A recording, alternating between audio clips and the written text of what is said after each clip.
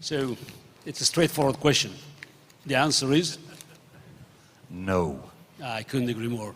Yeah. Now, I think in this talk, so we're going to investigate this issue from different angles, but we both agree that at the end of the day, it's about humans. So AI is agnostic. It's neither magic wand nor Terminator. It's not the harbinger of utopia or dystopia. It's a technology. And I always say that humans have monopoly for evil. And I think the big issue is how we use this enormous power that could be generated by AI. Who said 20 minutes? And we'll start debating it. Let's back to you. That's who should be at the very end of this decision-making chain. Well, for me, Emmanuel? we'll get there eventually, but we'll get there eventually. But where we're going to with this is that for any decision that significantly impacts on a human life should be made by a human. That's essentially where we want to get to in this discussion. Yeah, I couldn't agree more. But it's but what are the voices behind us? Because I just told the guy. Is it evil AI? It's an echo of us. No, it's not echo of us. It's French. Why? And he said Florence. Laurence. It is. It is? Could you be quiet back there? Okay, maybe it's just. No, it's. I mean, one of the questions I have to ask all the time, actually not being asked and have to confront, is people go back to my matches with IBM Deep Blue, and the latest version of the question is, what do you think your defeat in 1997, was it a curse or blessing? I tell them that it depends on timing. If you asked me 20 years ago, my answer would be different than the one I can give you today.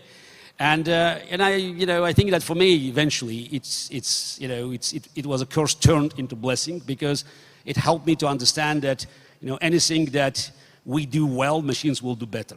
Anything that can be quantified and anything that you can qualify as a closed system, and all games could be closed systems, machines will prevail.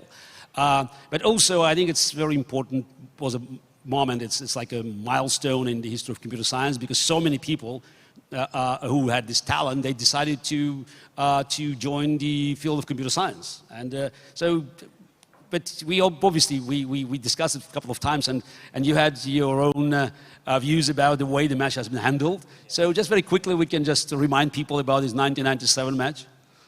Yes, well, I mean, I had some problems with it, and I will not sit here and say that IBM cheated. I don't know that. But I can say that I don't know that they didn't, because I've been a judge in many, many AI and robotics competitions, and if I'd been a judge of that competition, it would have worked very differently. The machine would have been the machine had access all the time. It crashed several times, was restarted. People could come and go. We even believed there was an external terminal. Now, if I'd been judging that, the machine would have been in a Faraday cage, so that you couldn't even get remote control signals into it. It would have been sealed off, and if it crashed, well, it crashed. And like if a human crashed and died, well, they're dead. So if you'd crashed and died, nobody would have reset you and brought you back. You call it a digital heart attack. Now, the reason I ask this question is because, again, it's about humans. I think when we try to humanize machines, to pretend that machines could be good or bad, could act like humans, I think we just underestimate the fact that there's always a human component in this decision making. And now it says that the next big question is, it's about ethical AI. So you hear it all the time, that how can we make little tweaks to make sure that AI will not inherit our prejudices? Again, is it doable? I don't think it is doable. Not that it won't inherit our prejudices, but I just want to pick a hole in something you said there, by the way. There's a little tiny disagreement here. I don't think that machines are better at anything that we can do. We disagree there. That's quite a statement. Yeah. Not everything. Well, you did suggest that it had to be quantifiable for a start. There's an awful lot that we do that I believe is not quantifiable. No, but if it's not quantifiable, it's separate. So yeah, if it's not quantifiable, you can't put it in an algorithm. And I think ethical work, for instance, ethical decision-making is not quantifiable. And creativity is not quantifiable? No. Though some people argue that it is. No, but it's the reason I think creativity is not quantifiable, because machine always know the odds. Yeah, but the creativity, the way I see it, so as a human, I believe I'm creative, so you always have to accept failure as one of the outcomes of new ways of doing things. Yes. I don't think machines can consider failure as an option. So that's why I think creativity in human terms is not, cannot be part of the machine's decision-making formula. Yes, that's true. But I would also say that after 40 years of working in this stuff, that machines are really good at failure. Really good. Yeah, that we have to say. Again, it's machines, or it's still humans that made some mistakes in programming, or humans that interfered in the wrong time. So, or it's just pure machines. So that's the or just bad data. Okay, but fine. But if we talk about machines, our expectations, say driverless cars. So I think many people think that it's if the cars don't perform 100%, they're not good. So I believe that it's not about 100% perfection, which is not achievable in this universe, but it's about making fewer mistakes. Yes. So in general, can we agree that the machines, will make fewer mistakes? Definitely, that was the case in chess. And in other areas that are not less, predictable, not as a game of chess. So machines will improve the overall performance. Well, let me poke you a bit more in chess then. Machines will make mistakes in chess, but not in terms of, they're not going to move the knight like a queen. But it's that when you're playing chess, and I'm asking you this because you know a little bit more about chess than me, don't you find that there's a point at which, there's a lot of calculation, there's a lot of concentration on outcomes, but isn't there that creative step that you make? Yes, but chess is a game, and as every game, it qualifies to be called a closed system, whether it's a game of chess, game of Go, Texas Hold'em poker, video games. And within the closed systems, machines will learn more about patterns, and they will not be perfect. The game of chess cannot be solved mathematically because the number of legal moves, according to Claude Shannon, in 10 to the 46 power, but machine doesn't have to solve the game. It just makes fewer mistakes. When you look at the rating, it's a chess rating, which is, it's objectively, reflects the strengths of the players.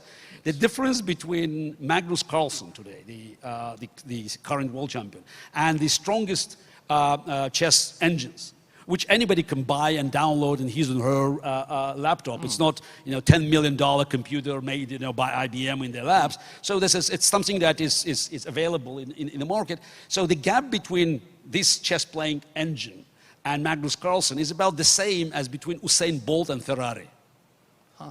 So, by the way, when I played Deep Blue, Deep Blue was good, but it's probably I was, and as few other top players, we still were better. But again, I recognize that it will be one-way street, because eventually, every game machine will accumulate enough knowledge, and we saw it's happening in Go. Yes. No matter what game we're dealing with, even we take the card games, because the number of variables is still limited, and machines will eventually get to sort of calculated odds or moves far more sophisticated. We'll make some mistakes. We're poised to make mistakes. When I talked to you before about the game of Go, you said something to me that really caught me, which was, because I said, it's much more complex than chess in terms of the number of moves and things, and yet, AlphaGo has won. It's a great engineering achievement. And you said to me, yes, it is so complex, that's why humans are so bad at it. Look, it's I thought that was a definitely really good definitely point. the I thought that was quality really the good. quality of the Go players compared to quality of the top chess players is probably it's not it's not the same level. Yes. But at the end of the day, machine doesn't care whether it plays Go or chess. But it can do this specific task. So this is so I think it's we can agree that machines will prevail in anything that is qualified as a closed system. Closed system, yeah. A closed system. But also, I mean, when people, I mean, I get interviewed a lot whenever there's some great AI achievement, because I really, I mean, I'm passionate about AI, but sometimes people forget about what we're talking about here. When AlphaGo won, for instance, I was called by journalists who said, see, look, we're closer to general intelligence now. We're getting to the point where narrow AI is going to become a thing of the past because these machines are getting so smart. They're so much smarter than us. And you have to say to them, in what sense? This thing didn't know it was playing a game. It had no idea. It just churned out lists of moves. It wouldn't have cared if the game had terminated at any point. At the end of it, there was no high fives. It had no interest in winning the game. And super intelligent. It couldn't hold a conversation with anyone, and it couldn't even make you a cup of tea afterwards. So if I knew somebody like that, I certainly wouldn't call them super intelligent. Yeah, but yes, I think that's another myth that paralyzes the minds of people. It's when they hear about super intelligence, singularity, and it's all around the corner. I always tell people that this is AI is making progress, but while the public thinks we're at Windows 10, we're more likely at MS-DOS era yet. Yes. Yeah. And also all these machines, the most spectacular accomplishments, whether it's AlphaGo, then different versions of AlphaZero, because it played chess, it played Go, it played StarCraft. But again, there's the specialized machines. So and the cost is enormous when you just look at the way that they're being designed and how much money Google can actually can pour into the projects, and the practical impact is still low, and it doesn't create anything that can remotely resemble the so-called AGI. Because they're all specialized machines, and I think this debate should become more practical, because it's expecting just people asking this question. So are we in danger? So this is I always say no, we're not going to be replaced. We're going to be promoted. Well, I think we are in danger, but not in that way. And it's quite often the case that I think there's a lot of speculation about where AI is going, a lot of speculation, and I can't say it's not going there. That's not my job as a scientist. It's up to other people to show me where it's going. And the problem is that if you look too far ahead, it's like you're on the freeway or the motorway, and you're looking so far ahead that you crash into the vehicle in front of you, because there are so many problems that AI is kicking up now as a disruptive technology. So many problems, and so many in our society, so many problems with the social impact is outrageous, that we should not be really wasting time thinking too far in the head. I mean, it's okay if you're an academic, I don't mind, but there are so many AI evangelists now who see it as a religion, and they speak with certainty. Now that really, as a scientist, really irritates me. I don't even have certainty that I'm sitting here talking to you. You might think I'm crazy, but there's a lot of uncertainty about what I can see, how limited I as a human am. And to start talking about the certainty that artificial intelligence would do this or this, when we don't even know if we're going to have a planet and humans on it in 1,000 years' time. Yeah, so just as you just said now, artificial intelligence, AI. So I always tell people that, maybe we should consider, calling it augmented intelligence rather than artificial intelligence, for two reasons. One is it reflects, the future of human-machine relations and collaboration. And also, we can agree that augmented sounds much friendlier, because the moment you say artificial, it sounds like alien. Yes. And it scares people off. So I think augmented is it's a better definition of the future, which I hope will be bright future of human-machine collaboration. But it's very catchy. I spoke to John McCarthy, who came up with the term. In fact, I interviewed him for a radio program not long before he died, and we talked about it. And he said he wished he had, he said, he had quite a feeble voice, I had to speak to him on a speakerphone. He said he wished he had not used that term because of the confusion it has caused. And what happened was that 4 years earlier, he was working in a conference with the famous John von Neumann, and they called it complex automata theory, and nobody was in the slightest bit interested. He called it artificial intelligence, and the crowds and droves came in. Bingo, yeah, and the sci-fi grabbed it. That's right, yeah. Yeah. But you know, when you talk about decisions, though, I mean, decisions it's becoming very clear that machine learning algorithms in particular are creating really biased decisions out there. There's a lot of injustice happening at the moment. These things are making decisions about people getting loans, people getting mortgages, the length of your prison sentences, whether you get released on bail or not. Our police in the UK are using them for predictive policing, trying to determine, are you a criminal, are you a criminal type, so they start monitoring you. And it turns out in every investigation, and it always has to be by civil society, never the authorities, that these things are biased by race and by gender. And things like face recognition, which everybody thinks is solved. A lot of people, probably here in big tech companies, thinks this is solved. But in actual fact, when our police have been using them, the best they do is 5% accuracy. Because if you're a white, unshaved male in a laboratory, it's 98% accuracy. If you're a woman, it's a lot lower. And as your shade of skin gets less and less, gets darker and darker, they're terrible. And to the point where if you're very dark, it thinks you haven't got a face. So people going out there and selling this technology are doing us all a really major disservice. But the worst one for me, for decisions, is the work I do at the United Nations, which is that countries now like Russia, United States, China, Israel, Australia, the UK, to name some of them, are all developing autonomous weapon systems.